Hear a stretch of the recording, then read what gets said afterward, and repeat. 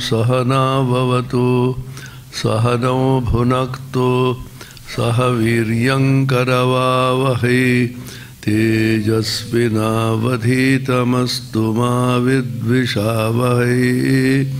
ओम शांति शांति शांति। हरि ओम तत्सत।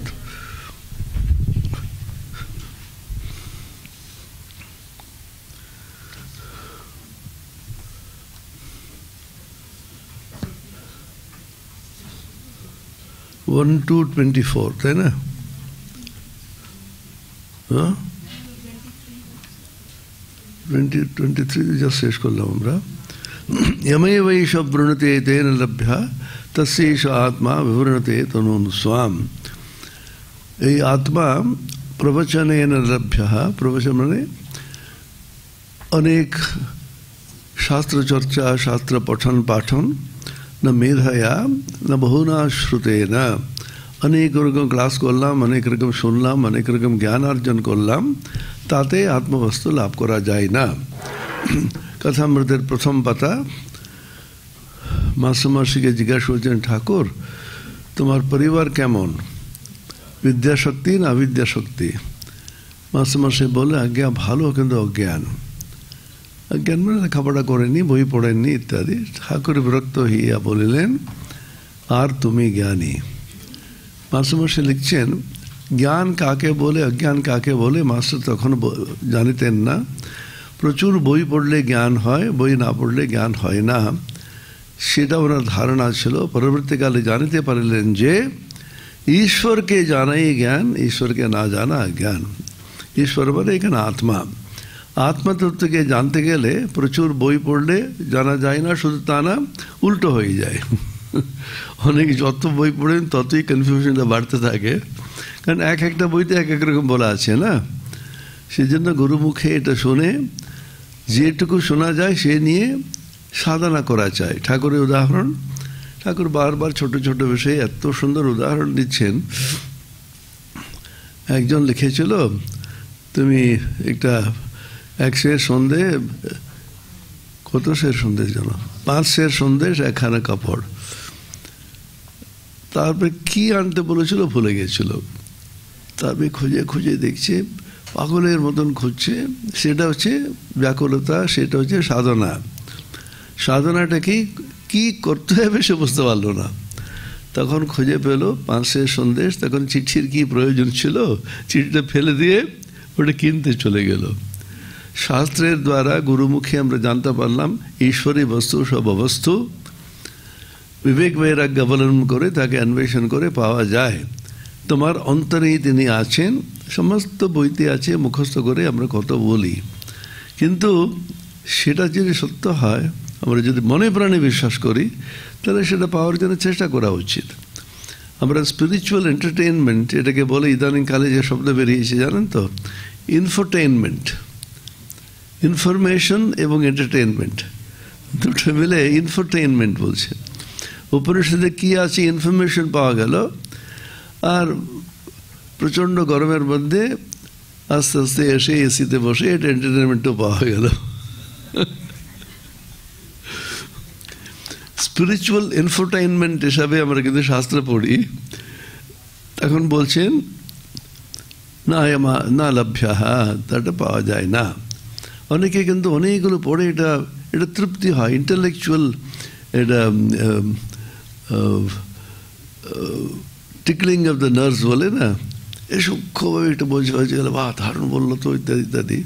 যারা ইন্টেলেকচুয়াল সত্যি সত্যি বুদ্ধি বিকশিত হয়েছে, তারা অত্যন্ত সূক্ষ্ম জিনিসগুলিকে পেয়ে খুব আনন্দ করে ওরা।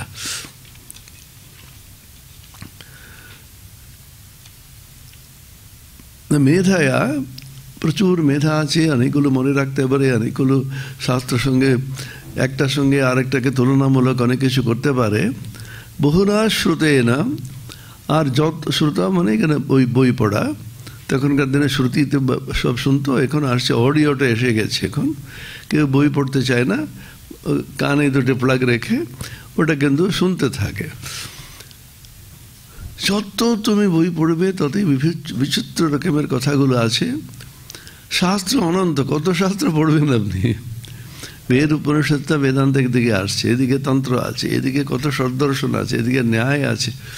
এটা হচ্ছে প্রাচ্য দর্শন বলছে, তাতেও কত শাখা প্রশাখা। পাশ্চাত্য দর্শন, পাশ্চাত্য যত ধর্ম আছে তাদের একটা বিশাল বিশাল বই আছে। সমস্ত বই পড়তে গেলে সারা জীবন তো হবেই না, আর যত জন্ম নিলেও হয়তো হবে না। বেদের মধ্যে সমস্ত বেদকে পড়ে আয়ত্ত করা কি সম্ভব?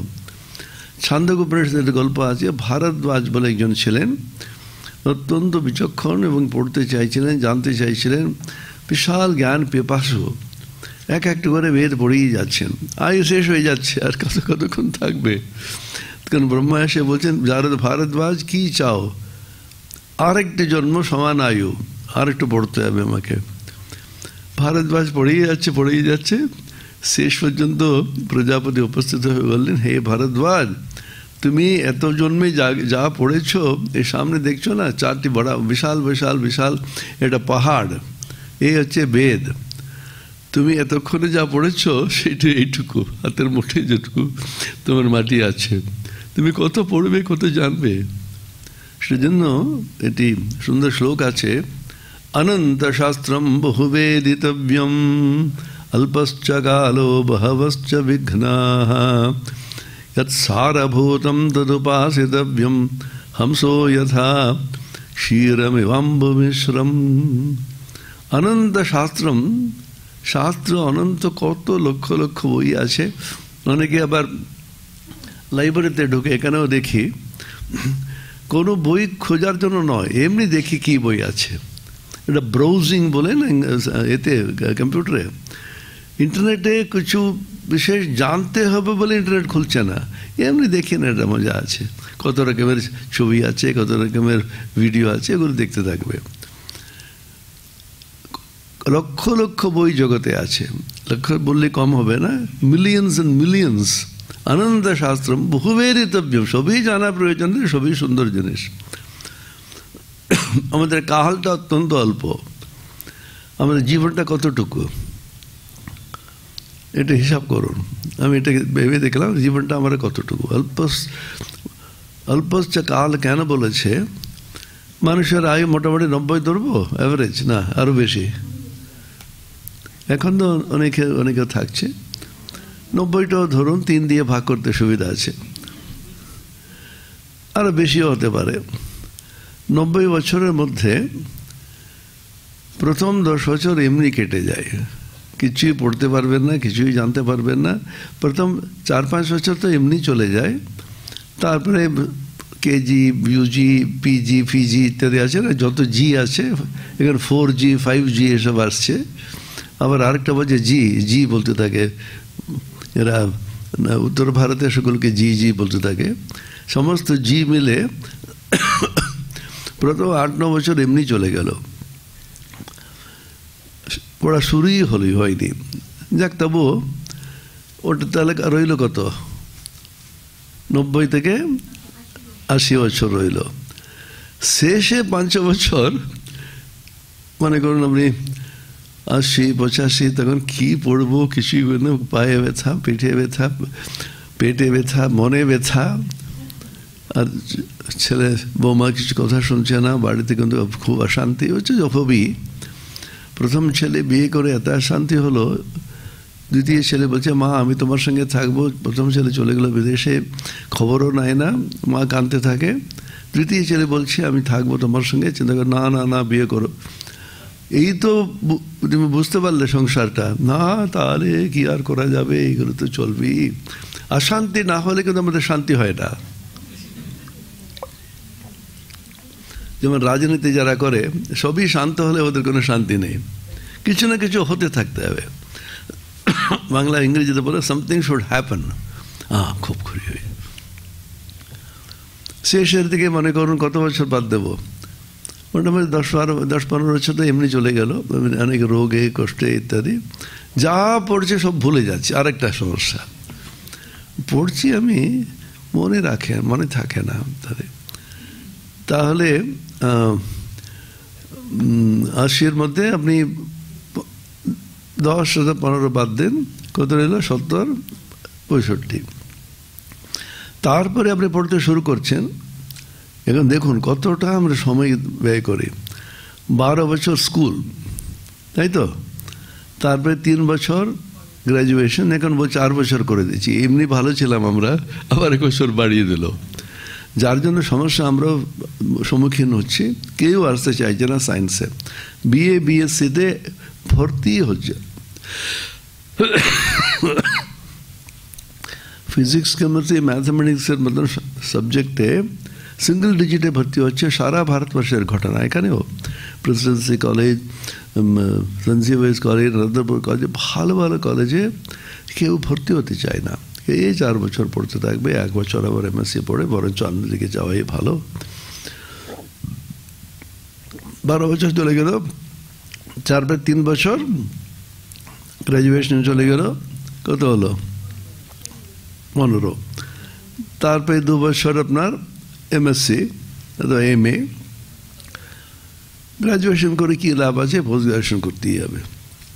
17 হলো, তারপরে একটু রিসার্চ করতে হবে। অনেকে একটু বুদ্ধিমান ছেলে রিসার্চ করছে কিসের জন্য, খুব মোটা ফেলোশিপ পাওয়া যায়। এখন ইউজিসি জুনিয়র রিসার্চ ফেলোশিপ করে দিয়েছে প্রায় 40,000 কাছাকাছি, সিনিয়রটাতে 52,000 আর 55,000। আর কি আর করে দেবে, চাকরি বাকরিতে ছেড়ে দাও, অন্তত 5 বছর তো পাওয়া যাচ্ছে। তারপর পিএইচডি সাবমিট না করে অনেকে ছেড়ে দেয়। সে চলে গেল, কত বছর হলো, 15, 17, তারপরে পিএইচডি 5 বছর, 22 বছর। আমরা কোথায় আছি, 60 না 62 ওরকম আছি আমরা। ওখান থেকে প্রায় 20 বছর বাদ দেন, 45 বছর। তারপরে চাকরি করতে শুরু করছেন, তখন কোথায় সময় পাওয়া যায় ইত্যাদি করে। ইতিমধ্যে বাদ দিতে হবে কোনটা, দাঁত মাজা, স্নান করা, তারপরে বিভিন্ন রকম পোশাকটা ঠিক করা ইত্যাদি ইত্যাদি, কত বছর চলে যায়। তারপরে ফোনে কত সময় চলে যায় আপনি চিন্তা করুন। দিনে অন্তত 2 ঘন্টা, ধরবেন আরো বেশি, হ্যাঁ আরো বেশি না, দিনে যদি 3-4 ঘন্টা যদি হয়, 365 মধ্যে 300ই ধরি, কত ঘন্টা চলে গেল, তাতে 30 দিয়ে ভাগ করলে কত দিন চলে গেল। অন্তত 2 মাস 3 মাস চলে গেল বছরে, 2 বছর 3 বছর চলে গেলে ফোন করতে করতে। শেষে রইল হয়তো 10-12 বছর হাতে রইল। তার মধ্যে অসুস্থ, একটু বয়স হলেই অসুস্থ, এটা ওটা করে হাতে থাকলো হয়তো 5-6 বছর আমাদের হাতে আছে। তারপরে খাওয়া দাওয়া, আরে বাবা এমনি খেলে তো হবে না, আচ্ছা ঠিক আছে ওখানে এটা আছে, নববর্ষের ওখানে যাব, তারপরে ক্রিসমাসে ওখানে সেলিব্রেট করবো, আর বেড়ানো। আরেকটা তো ভুলে গেলাম আমি, সে কত সময় চলে যায় কোনো ঠিক নেই। আর ছবি তোলা, ছবিটাকে হোয়াটসঅ্যাপে পাঠানো, এসব করে হাতে রইল মাত্র 10-12 বছর রইল পড়ার জন্য। তাতে কত পড়বেন আপনি? আর বইয়ের সংখ্যা দিয়ে ভাগ করেন, তাহলে আপনাকে 1 মিনিটে অন্তত 60-65 বই পড়লে তবে হবে। সেজন্য বলছেন উপনিষদ, বলছেন বই এনে একদমই যাবে না। অল্পশ্চ কালো বহবশ্চ বিঘ্নাঃ, অনেকগুলো বিঘ্ন আছে আবার। তাহলে কি করতে হবে, ইয়ৎ সারভূতম তদুপাসিতব্যম, যেটা সারমর্ম সেটুকু তুমি বেছে নাও। কিরকম, হংস যেমন দুধ আর জলের মিশ্রণে শুধুমাত্র দুধ গ্রহণ করে, সেরকম করো।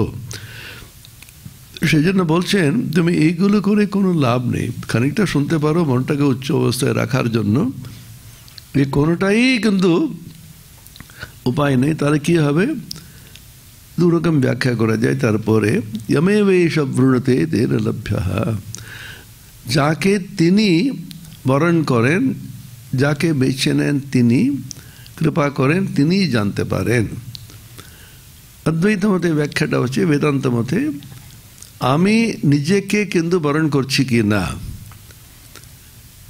বাংলাতে এটা প্রবাদ আছে না, গুরু কৃষ্ণ বৈষ্ণব তীরের কৃপা পেল, একের কৃপা বিনা কিন্তু কিছুই হলো না। একের কৃপা মানে নিজের মনের কৃপা। সমস্ত আছে, সব বই আছে, পড়া আছে, গুরু আছেন, আমাদের শিক্ষক আছেন, আচার্য আছেন, কিন্তু পড়তে ইচ্ছা করে না, আর মন ঠিক বসছে না। আমি নিজেকে বরণ করছি না, কেউ এসে আমাকে কিন্তু বেছে নিয়ে আমাকে উপদেশ দিলেও আমি নিব না। নিজেকে যে কৃপা করতে হবে, আমরা নিজেকে যে কৃপা করে সেই কিন্তু আস্তে আস্তে এগিয়ে যেতে পারে। তস্যৈষ আত্মা বিবৃণতে তনু স্বাম, সে আত্মা নিজের স্বরূপকে উদ্ঘাটন করে সেরকম ব্যক্তিকে সে নিজেকে আত্মতত্ত্বে নিয়োগ করতে পারে। শঙ্করাচার্য ভাষ্যতে সুন্দর বলছেন, প্রার্থনায়া বলছেন, ব্যাকুল হয়ে ঠাকুর বলছেন প্রার্থনা করো, তখন তিনি দেখিয়ে দেবেন কি আছে। আমাদের নিজের দ্বারা জানা প্রায় অসম্ভব, আর দুঃখ আর যায় না। আর একটা সমস্যা, প্রচুর বই পড়লো আর কিছু রয়ে গেল, আর তর্কের মধ্যে আরেকজনে যে হেরে যায়। বিশাল আমিও বই পড়েছি, আরেকজনে পড়েছে, দুজনে তর্ক হলো, আমি হেরে গেলাম, কারণ উনি আমার চেয়ে বেশি পড়েছেন আর বলতে পারেন ভালো। সে শুনে বললো, না আমাকে আরো পড়তে হবে। কারণ আপনি যতই করেন ঈশ্বর উপলব্ধি আত্মজ্ঞান ছাড়া কখনো মানুষের শোক যায় না। অনেকবার বলেছি এটা, এইখানেই বলেছি। শোকমোহ থেকে মুক্ত হতে গেলে অর্জুনের যেমন অবস্থা ছিল, তখন আত্মজ্ঞান ভিন্ন, ঈশ্বর জ্ঞান ভিন্ন কোনো মতে হতে পারে না। যতই তুমি বড় লোক হতে পারো, যতই টাকা থাকতে পারে, ততক্কিম ততক্কিম ততক্কিম ততক্কিম বলছেন শঙ্করাচার্য। আমাদের পূজনীয় স্মরণানন্দজি সদ্য প্রয়াত হয়েছিলেন, আমাদের প্রেসিডেন্ট মহারাজ ছিলেন, তিনি সবসময় বলতেন ততক্কিম, তাতে কি হয়েছে, তুমি এটা করলে তাতেও কি হয়েছে। সো হোয়াট বলি না বাংলাতে, ইংরেজিতে আমরা সো হোয়াট, ততক্কিম, তাতে কি। নারদ সনত কুমার সংবাদ অনেকবার বলেছি আপনাদের, নারদ ছিলেন মহাপণ্ডিত, এত পড়েছেন কোনো শেষ নেই, কিন্তু দুঃখটা যাচ্ছে না। একটু কম যারা পড়ে তারা আনন্দে থাকে, কারণ বেশি ঝামেলা নেই, বিশ্বাস আছে। ঠাকুর বলেছেন, ঠাকুরের উপরে বিশ্বাস করে খানিকটা জপ ধ্যান করে ঈশ্বর পরায়ণ হয়ে শরণাগত হয়ে জীবন কাটিয়ে দেয়। আর এত বেশি পড়ে বুদ্ধিমান, বিভিন্ন রকম পড়তে পড়তে পড়তে আরো দুঃখে থাকে। নারদ এসে সনত কুমারের কাছে বলছেন, সনত কুমার খুব বড় ঋষি একজন, তার কাছে এসে বলছেন, শোচা আমি প্রচন্ড দুঃখে আছি, শোক যাচ্ছে না, আমি প্রচুর পড়েছি। আপনাদের মতন আত্মজ্ঞ পুরুষের কাছে শুনেছি, জেনেছি, তারাতি শোকম আত্মবিদ, ওই তিনটি শব্দযুক্ত একটি পংক্তি সমস্ত ভারতীয় ঐতিহ্য উত্তরাধিকার আধ্যাত্মিকতা স্তম্ভস্বরূপ। তারাতি শোকম আত্মবিদ, শোকের পারে যেতে গেলে আত্মজ্ঞান ভিন্ন কোনো উপায় নাই। তম আত্মস্থম येन पश्यन्ति धीरास्तेषां सुखम शाश्वतम नितिरेषां तेषां शांति शाश्वतम नितरेषां शांति शाश्वती नितरेषां। কঠোপনিষদে পড়ে আসবে এটা। সনত কুমার কিন্তু হেসে বলছেন, ঠিক আছে, তুমি এত পণ্ডিত, এত পড়েছো, কি কি পড়েছো বলো, তারপরে আমি বলবো তোমার কি প্রয়োজন। ঋগ্বেদ, যজুর্বেদ, সামবেদ, অথর্ববেদ, চারটি বেদ আমি পুঙ্খানুপুঙ্খভাবে পড়েছি। শিক্ষা, কল্প, ব্যাকরণ, নিরুক্ত, ছন্দ, জ্যোতিষ, ষষ্ঠ বেদাঙ্গ ভালোভাবে পড়েছি। রাশি বিদ্যা, নক্ষত্র বিদ্যা, সর্পবিদ্যা, ধনবিদ্যা, 26টি বিদ্যা একেবারে তন্ন তন্ন করে আমার পড়া আছে, কিন্তু দুঃখ যাচ্ছে না।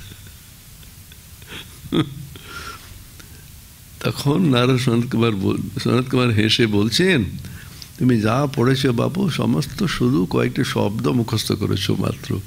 নাম এব এতৎ, নাম এব এতৎ, শব্দ কয়েকটা নাম মাত্র মুখস্থ করে বলে যাচ্ছ তুমি। আত্মজ্ঞান ভিন্ন, শোকের পারে যাওয়া যায় না। ভারতবর্ষে অনেক আগের এটা বার করে ফেলেছি, যার জন্য আমাদের আগ্রহ অনেক কমে গেছে বাইরে জগতে যাওয়া। আমরা বিজ্ঞানে প্রযুক্তিতে এত উন্নত ছিলাম, যখন বুঝে নিয়েছি এর দ্বারা কোনো দুঃখ যাবে না, এর দ্বারা দুঃখ বরঞ্চ বাড়বে। যত মানুষের বুদ্ধি বাড়ছে, কিন্তু বর্তমানে দেখছি তো মিসাইল, এত রকমের মিসাইল বেরিয়েছে, এত রকমের ড্রোন বেরিয়েছে, কত রকম সমস্ত কুবুদ্ধিতে কী করে অপরকে মারা যায়। দুঃখ বাড়লো, দুঃখ বরঞ্চ প্রচণ্ড বেড়ে গেল। আগে কেন তীর ধনুতে মোটামুটি লোক বেশি মরতো না। তখন আত্মবিদ্যা ওকে স্মরণ করাচ্ছে। এটাকে সমস্তগুলোকে অপরা বিদ্যা বলা আছে। अथ परायया तदक्षरम अधिगम्यते, अक्षर के जाना जाए, परब्रह्म के जाना जाए, से विद्याटाई की परा विद्या। সেটাকে বলেছেন अध्यात्म विद्या विद्यानाम। गीताতে বলছেন না, সমস্ত বিদ্যার মধ্যে আমি अध्यात्म विद्या रूपे আছি। ब्रह्म विद्या सर्व विद्या प्रतिष्ठा বলেছেন মুন্ডকোপনিষদে। সমস্ত বিদ্যার প্রতিষ্ঠা হচ্ছে সেই ব্রহ্ম বিদ্যা, আত্মবিদ্যা। তমেব এইষ বৃণতে তেরভ্য তস্যৈষ আত্মা বিবৃণতে। এখন বলছেন নীতিবাচক রূপে বলছেন কোন কোন দ্বারা পাওয়া যাবে না। না বিরত দুশ্চরিতান, না শান্ত, না সমাহিত, না শান্ত মানসো বাপি প্রজ্ঞানেনৈনমাপ্নুয়াৎ। অবিরত দুশ্চরিতান, দুশ্চরিত্র থেকে যে বিরত হয়নি, ও এখনো কিন্তু দুশ্চরিত্রবান হয়ে আছে, এখনো কিন্তু আত্মসংযম হারিয়ে ফেলছে, সে লোকের দ্বারা আত্মজ্ঞান করতে পারবে না। কারণ ইন্দ্রিয় সংযম এবং জিতেন্দ্রিয় বিজিতেন্দ্রিয় গীতাতে বহুবার আছে, এই ছাড়া আত্মজ্ঞান লাভ করা যায় না। কেন? বহির্মুখী মনের দ্বারা আত্মজ্ঞান হয় না। আমরা আগে পড়েছিলাম এই পরাং যে খানে বতৃণৎ স্বয়ম্ভূস তস্মাৎ পরাং পশ্যতি নান্তরাত্মন। সমস্ত ইন্দ্রিয়গুলিকে বহির্মুখ হওয়ার ফলে সব বাইরে যাচ্ছে, অন্তরে কেউ ঢুকতে চাইছে না। কেউ কেউ ধীর ব্যক্তি বিবেকী আত্মজ্ঞান লাভ করার জন্য, অন্তরাত্মাকে উপলব্ধি করার জন্য অত্যন্ত আগ্রহে ব্যাকুলতার সঙ্গে আবৃত্ত চক্ষুহু, সমস্ত ইন্দ্রিয়গুলিকে অন্তর্মুখ করে প্রত্যেক আত্মাকে লাভ করার চেষ্টা করে। এমনি ইন্দ্রিয়গুলি চঞ্চল হয়ে আছে। এই চাঞ্চল্যকে বাড়িয়ে দিয়েছে সহস্রগুণ লক্ষ গুণ। কোনটা? হ্যাঁ, ঠিক আছে। তার আগে এতটা মানুষ কিন্তু চঞ্চল ছিল না। প্রতি মুহূর্তে আমি দেখছি তো, এখানে একটু খুব কম দেখি। আন্তর্জাতিক যত সভা সর্বত্র গেছি আমি, কোণে বসে ব্রাউজ করবে। এটা এই আছে। আমার যেখানে সভাতে দেখেন মঞ্চে বসে আছে, ওরাও কিচ্ছু শোনে না। মাঝে মাঝে এরকম করতে, এখানে ছবি তুলছে না, মাঝে মাঝে করতে হবে। মনটা পুরো নিবিষ্ট হচ্ছে, দেখার কিছু নেই, বিশেষ কিছু মেসেজও আসেনি, বিশেষ ফোনও আসেনি, কিন্তু একটা নেশার মতো সেটা আপনাকে ধরে এবং রাক্ষসের মতন গ্রাস করে আছে, ও ছাড়বে না। এমনি অবস্থা খারাপ আমাদের। তার উপরে আর একটা হয়েছে, যেমন বলছেন না স্বামীজি বলছেন, আমাদের মানুষের মন হচ্ছে এটা বানরের মতো, মাঙ্কি।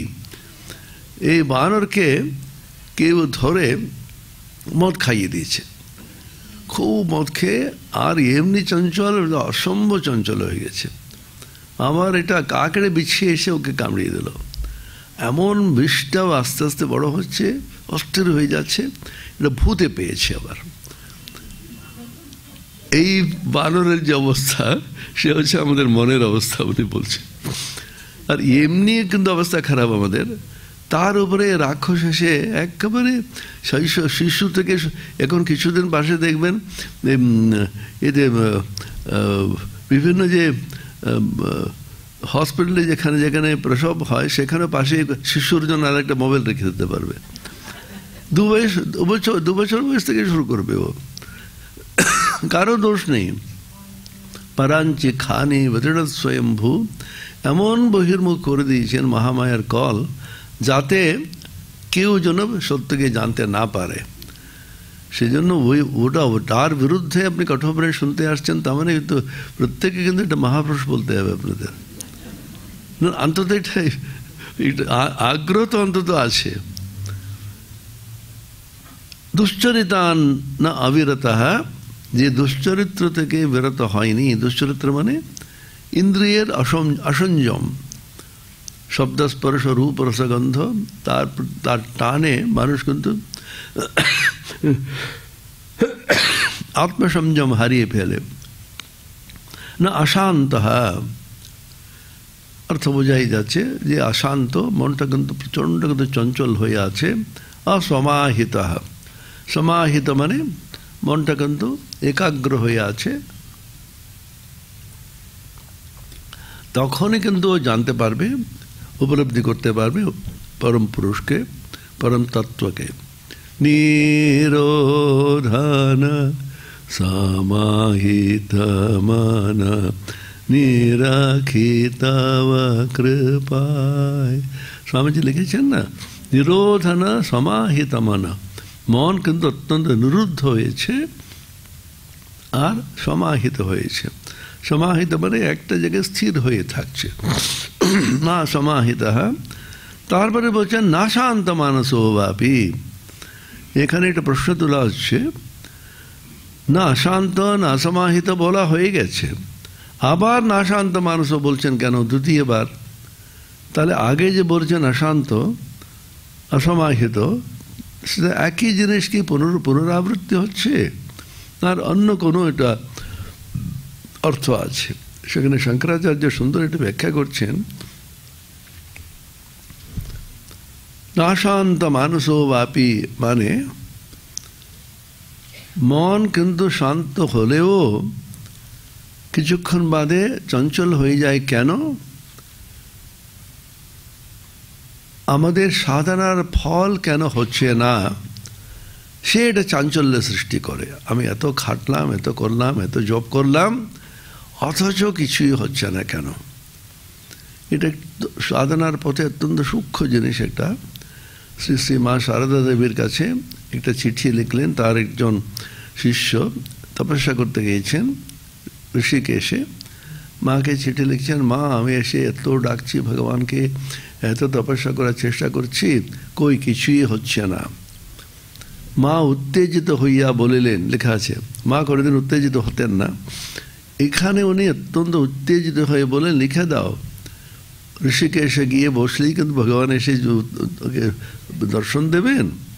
এটা কি আলু পটলের মতন এতটা জপ করব তার বিনিময়ে এতটা উনি দেবেন? তার কৃপা ভিন্ন তাকে পাওয়া যাবে না। তার অর্থটা কি হলো? তুমি করে যাও। তুমি তাহলে সাধনা করছো কেন? কোনটার জন্য সাধনা নয়, তোমার ঈশ্বরের নাম নিতে ভালো লাগে, আধ্যাত্মিক পথে কিন্তু সাধন ভজন করতে তোমার ভালো লাগে, তুমি করে যাও। তার কৃপা কখন আসবে, কি আসবে তুমি কখনো জানো না। ঠাকুরের বিখ্যাত গল্প মনে আছে? নারদ বিষ্ণুর কাছে যাচ্ছেন, দুইজন সাধক ওকে বলছে তুমি বিষ্ণুকে জিজ্ঞাসা করে আসো আর কত জন্ম আমার আছে। বিষ্ণু দেখা করে ফিরছেন, উনি এই জিজ্ঞাসা করেছ? হ্যাঁ করেছি। একজনকে বলছেন তোমার 4টি জন্ম আছে, তারপরে তোমার মুক্তি। হ্যাঁ আবার 4টি জন্ম? প্রচন্ড গন্ধ, একটা দুঃখে বসে গেল। আর একজন বললো, আমার কথা বললেন, এই যে তেঁতুল গাছ দেখছিস না, তেঁতুল গাছে যত পাতা আছে ততটা তোমার জন্ম, তারপরে মুক্তি। আর আনন্দে না চাহ তারপরে হবে তো, তারপরে হবে তো। এই গল্পের অর্থটা কি? প্রথম লোকটা মনে করেছিল আমি এত তপস্যা করেছি, বেটা ভগবান কেন দেখা দেবেন না উনি?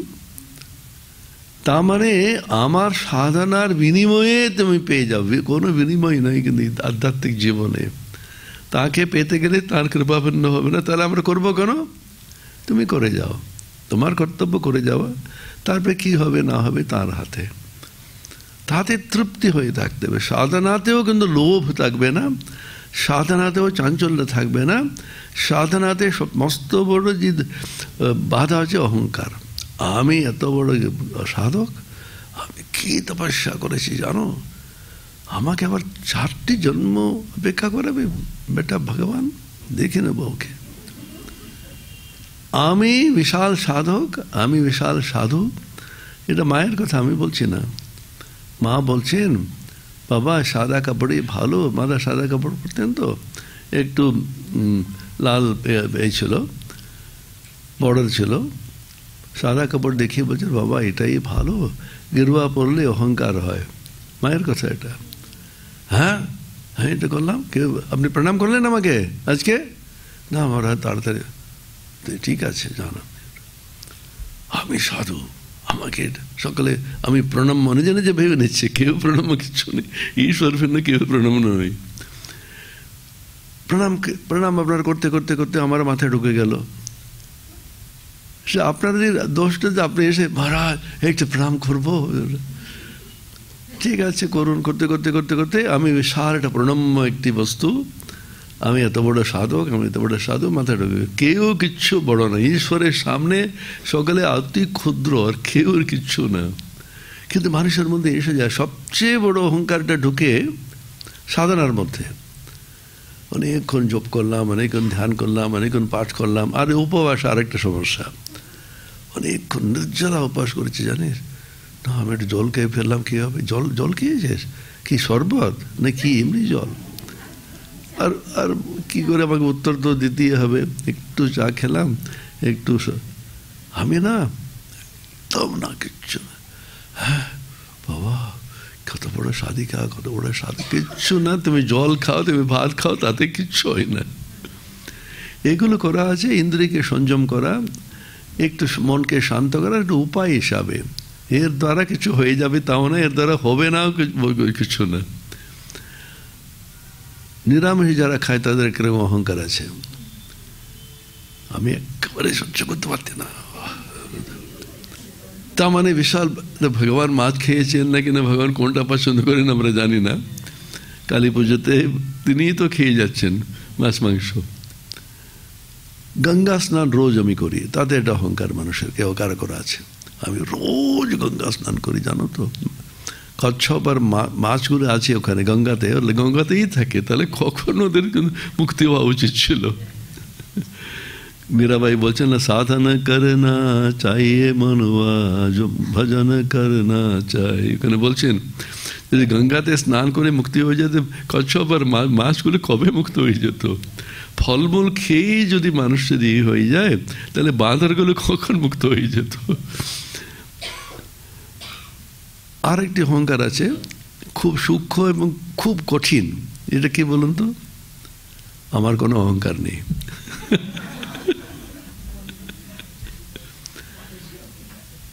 কাউকে দেখেছেন আমার মতো নিরহংকার? হ্যাঁ মহারাজ, আপনি এত বড় পণ্ডিত, এত এই করছেন, এত সুন্দর বলেন, আপনার একটু অহংকার নেই। হ্যাঁ, এটাই তো আসল জিনিস। যদি কেউ বলে মারা প্রত্যেকের থাকে, আপনারও তো একটু, হ্যাঁ আছে অহংকার, বেরিয়ে যান এখান থেকে। আপনি এটা পরীক্ষা করে দেখতে পারেন, মার খাবেন না, কিন্তু পরীক্ষা করে দেখতে পারেন। আমি বড় বড় জ্ঞানী গুরুদেরও পরীক্ষা করে দেখেছি, কি কঠিন অহমটা। বই যারা লেখে, আরে বাবা, তাদের তো কল্পনাই করা যাবে না। একটা বই লিখলো এদিক ওদিক করে, আমার বইটা পড়েছেন? হ্যাঁ মারা পড়েছি। কিচ্ছু নেই মহারাজ, ওদের এদিক ওদিক করে।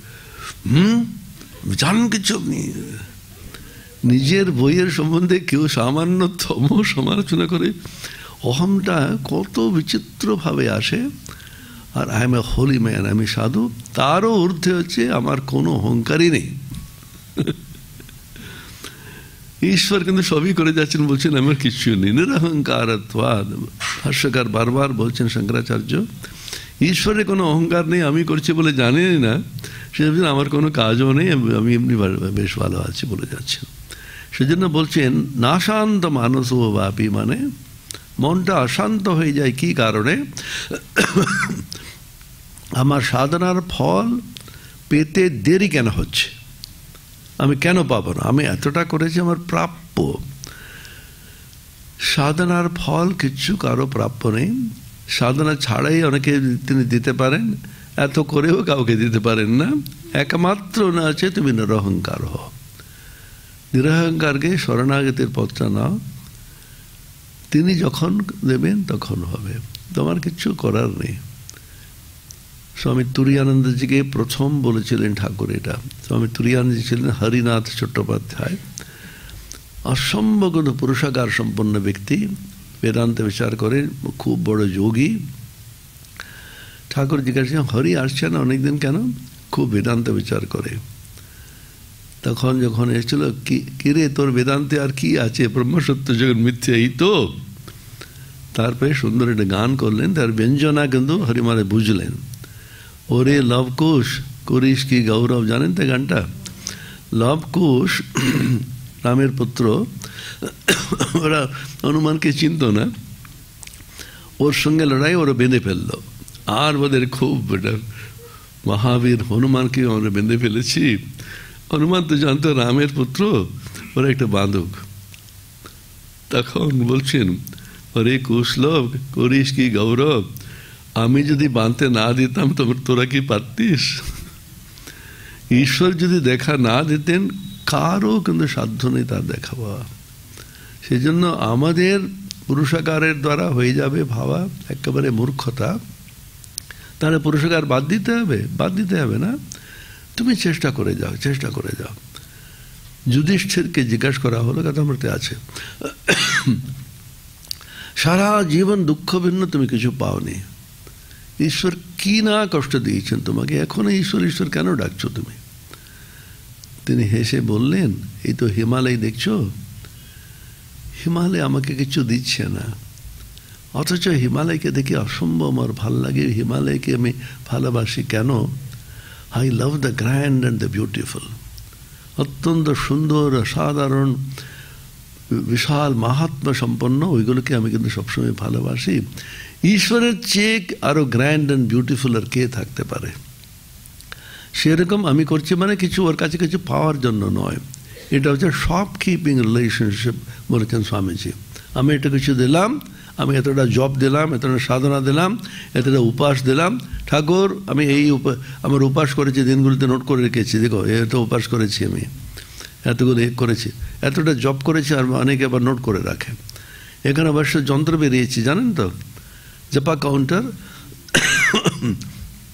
জপমালা উঠে গেছে, এখন একটা ইলেকট্রনিক আছে, মেকানিক্যাল আছে, এরকম আঙ্গুলের মধ্যে এটা এই দিতে হবে,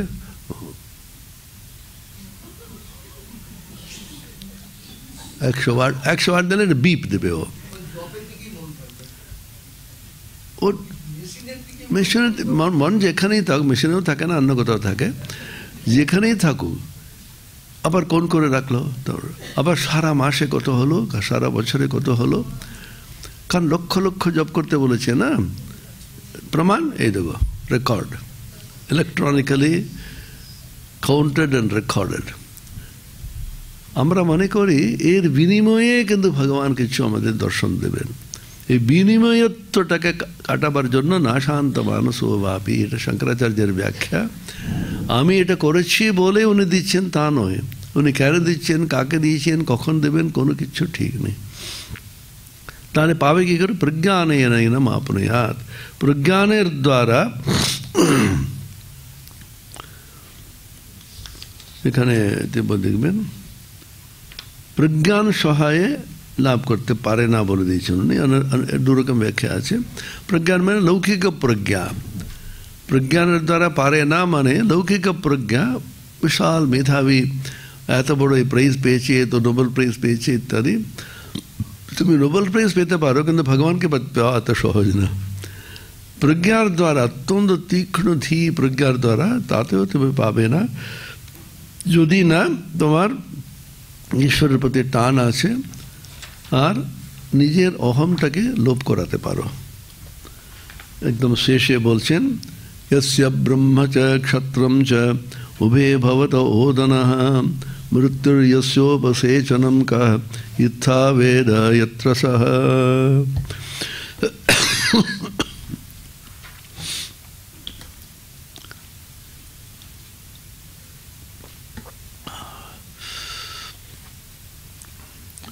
ब्राह्मण ও ক্ষত্রিয় উভয়ই তাহার অন্নস্থানীয়, মৃত্যু যাহা শাকাদি স্থানীয়। এটা অদ্ভুত একটি শ্লোক মন্ত্র। এটা ব্রহ্ম কি খায়? আমরা ব্রহ্ম ব্রহ্ম বলছি, ব্রহ্মার্পণম ব্রহ্মহবির বলছি, আর ব্রহ্মকে অর্পণ করলাম। ব্রহ্মকে নিরামিষ খায় না আমিষ খায়? ব্রহ্ম কি ভাত খায়? এটা মজা করে বলছেন এতে আমাদের বোঝাবার জন্য। ব্রহ্ম কি খায় জানো? ব্রাহ্মণ এবং ক্ষত্রিয় হচ্ছে ওকে কিন্তু ওই ভাতের মতো, ওটাকে খেয়ে নেয়। আর মৃত্যু, সকলে ভয় পায় মৃত্যুকে। মৃত্যু হচ্ছে আচারের মতো। আচারটা কেউ খায় না, কেউ এতটা আচার কেউ খায় নাকি? ভাতের মধ্যে কিছু দই টই দিয়ে আচারে খানিকটা নিল, সেরকম মৃত্যুকে মাঝে মাঝে এরকম করে মৃত্যুকে এত স্তরে নামিয়ে দিলেন। মৃত্যু কি করবে? ব্রহ্ম মৃত্যুকে আচারের মতন, ব্রাহ্মণ এবং ক্ষত্রিয় উভয়ই তার অন্যস্থানীয়, সেই পরমাত্মা যেখানে অবস্থিত তাহাকে এবং প্রকারে কে জানিতে পারে। এখানে পদটিকা দিয়েছেন, প্রলয়কালে যিনি আপনাতে নিখিল বিকারী জগৎকে উপসংহৃত করেন। মৃত্যুর সময় তো সমস্তগুলিকে হরণ করে বেরিয়ে যাচ্ছেন তো প্রলয়কালে, সেটা কিন্তু ব্রহ্মের পক্ষে মৃত্যুটাও কোনো তুচ্ছ, এটাই বলতে চাইছেন। মানে তার মহিমা বর্ণনা করার জন্য বলছেন। কঠোপনিষদে প্রথম অধ্যায়ে দ্বিতীয়াবল্লী এখানে শেষ হলো। এখন তৃতীয়াবল্লী মোট আমাদের আছে, এখানে 6টা বল্লী আছে, আমরা তৃতীয়তে যাচ্ছি। ঋতম পিবন্ত সুকৃতস্য লোক, আমি একবার বলবো, তোমার বলবেন। ঋতম পিবন্ত সুকৃতস্য লোকে গুহাম প্রবিষ্ট পরমে পরার্ধে ছায়া তপো ব্রহ্মবিদো বদন্তি পঞ্চাগ্নयो ये च তৃণাচিকেতাः।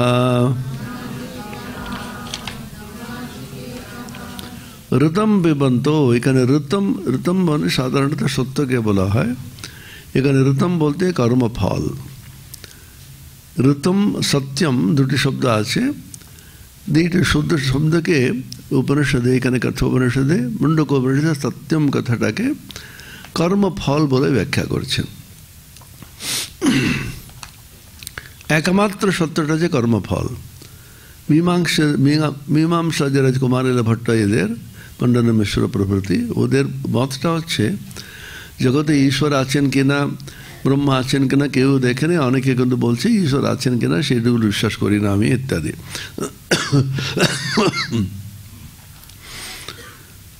কিন্তু সত্যটা একমাত্র হচ্ছে কর্মফল। যা কর্ম করবে তার এটা ফল হবেই হবে।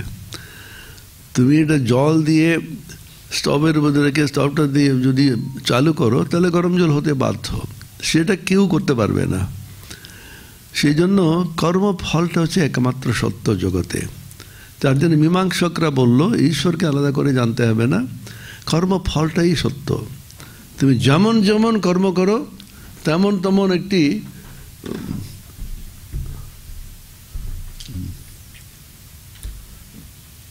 তেমনি করে তোমাকে কর্মফল ভোগ করতেই হবে।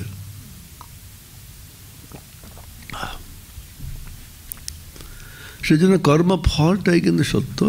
ঋতম পিবন্ত সুকৃতস্য লোকে, নিজ কর্মের অবশ্যম্ভাবী কর্মফল ভোগকারী। কর্মফল কিন্তু অবশ্যম্ভাবী, তুমি যেমনটি কর্ম করবে তেমনটি তোমার ফল হবেই হবে। তখনকার দিনে এটা নিয়ে মীমাংসকরা সমাজের পাপ পুণ্য বোধটাকে জাগিয়ে রেখে সমাজকে নিয়ন্ত্রণ করেছিল। এই করলে, কুকর্ম করলে এই পাপ হবে, তোমার এই সুকর্ম করলে এই পুণ্য হবে। পাপ আর পুণ্য ফল অনিবার্যভাবে হবে। যেমন একটা যে কোনো জিনিসকে একটা রিয়াকশন আছে, কেমিস্ট্রিতে যেমন আমরা পড়ি, ওই প্রতিক্রিয়া হবেই হবে। সেই ভয়ে মানুষ কিন্তু পাপ থেকে বিরত থেকে পুণ্যকর্ম করে। এখন তো ওটাও উঠে গেছে। দুইজন পুরুষ ভোগায়তন এই শরীরের মধ্যে পরব্রহ্মের উত্তম উপলব্ধি স্থান বুদ্ধিতে প্রবিষ্ট আছেন। এই শরীরের মধ্যে দুজন আছেন, যেমন মুন্ডকোপনিষদে বলা আছে, আপনারা নিশ্চয়ই একটু শুনেছেন। দুই পাখি একই বৃক্ষে বসে আছে বলছেন। দুই পাখি বলছে, একটা হচ্ছে পরমাত্মা, একটা হচ্ছে জীবাত্মা। পরমাত্মা কিছু করে না, চুপ করে আছেন, নিজের মহিমাতে মগ্ন হয়ে আছেন। জীবাত্মা বিভিন্ন ফল খাচ্ছেন, কখনো মিষ্টি ফল, কখনো তিতা ফল। অত্যন্ত তিতা ফল খেলে খুব কষ্ট লাগছে, তখন তখন ওইদিকে তাকাচ্ছেন। আরেকটি পাখি চুপ চুপ করে বসে আছে, নিজের মহিমাতে মহিমান্বিত হয়ে একেবারে ভাস্বর, ওখান থেকে জ্যোতি বেরোচ্ছে, শান্ত আর আনন্দময় পুরুষ। ওটা দেখে খানিকটা কাছে যাচ্ছে, বাহ কি সুন্দর, আবার ভুলে যাচ্ছে, আবার তিতা ফল আর মিষ্টি ফল খেয়ে বেড়াচ্ছে। স্বামী গম্ভীরানন্দ একটা গল্প বলতেন, অনেকে আমরা বলি না, যখন খুব খারাপ লাগে, খুব কষ্ট লাগে, না আর ভালো লাগে না, আমি ছেড়ে দেবো, আর ভালো লাগছে না, একটা কিছু হলো, ঠিক আছে তোমরা যা করার করো বাপু, আমি সব ছেড়ে দিচ্ছি, আমি দায়িত্ব নেব না, তোমরাই করো। সত্যি সত্যি বলছেন তা নয়, কিন্তু চট করে নিয়ে নেবেন না, ওই সময় বিরক্তি এসছে, আর কি করা যাবে। কিছুক্ষণ বাদে ততটা খারাপ লাগছে না, আচ্ছা ঠিক আছে দেখি,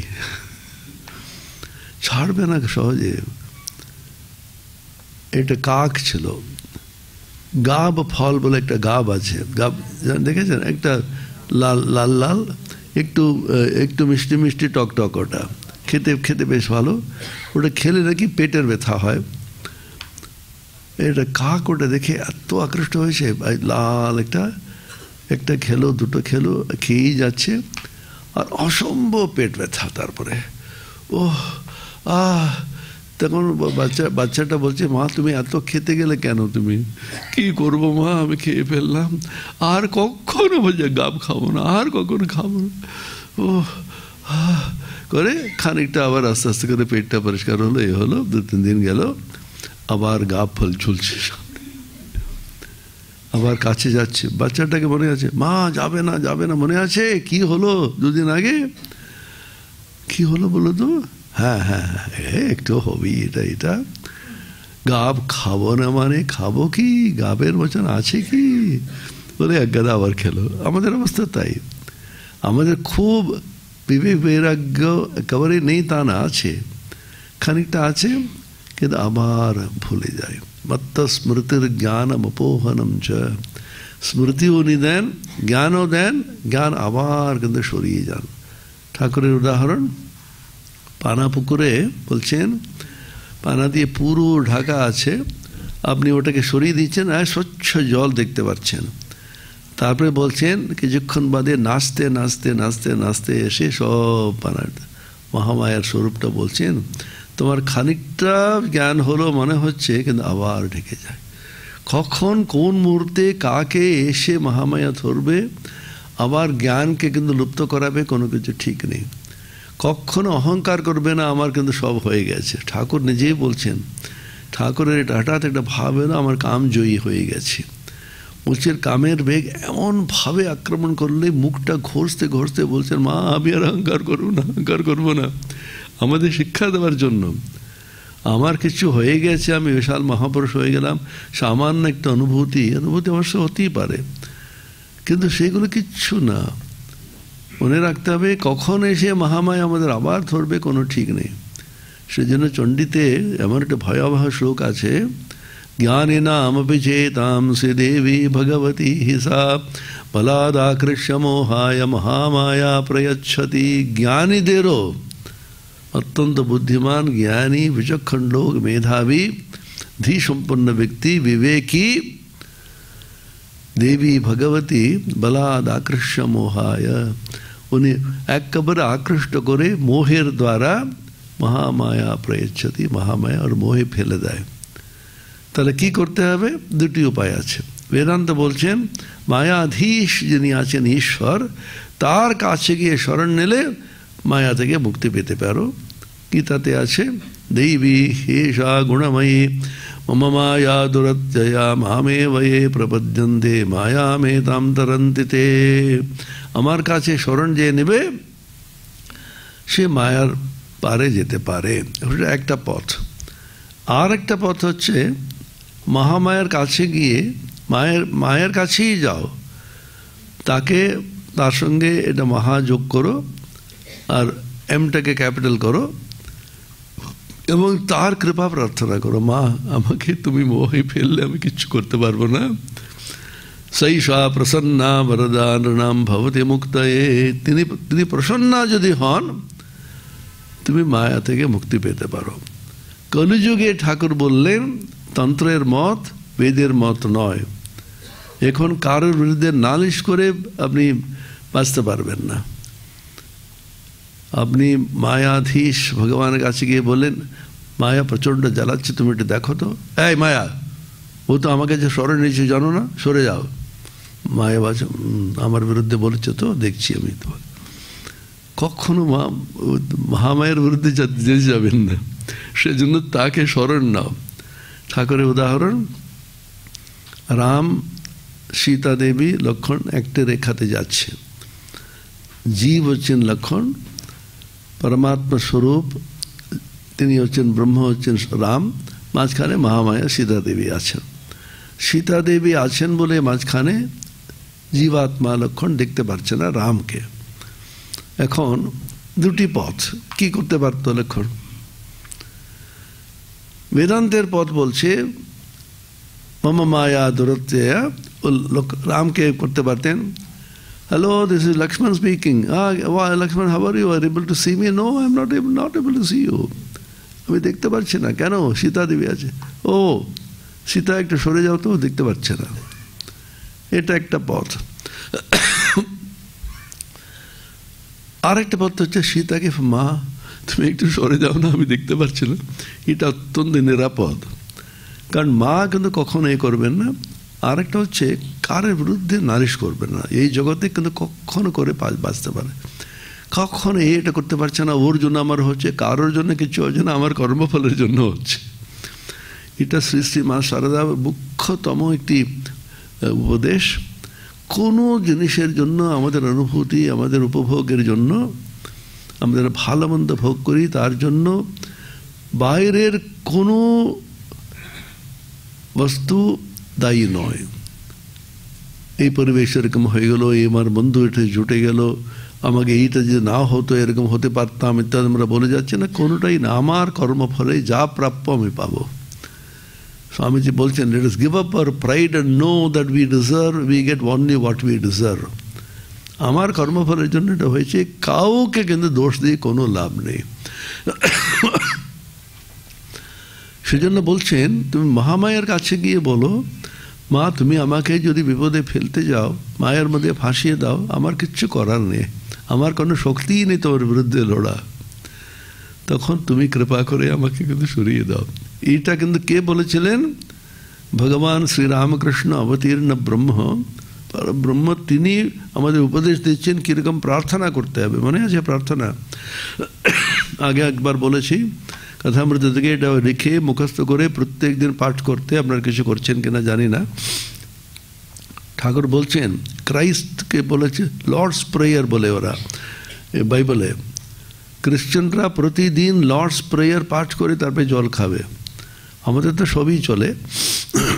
মা আমি তোমার শরণাগত শরণাগত, দেহ সুখ চাই না মা, লোকমান্য চাই না, অষ্টসিদ্ধি চাই না, কেবল এই করে যেন তোমার শ্রী পাদপদ্মে শুদ্ধা ভক্তি হয়, নিষ্কাম অমলা হেতুকি ভক্তি। আর যেন মা তোমার ভুবন মোহিনী মায়ায় যেন মুগ্ধ না হয়, তোমার মায়ার সংসারের কামিনী কাঞ্চনের উপর ভালোবাসা যেন কখনো না হয়।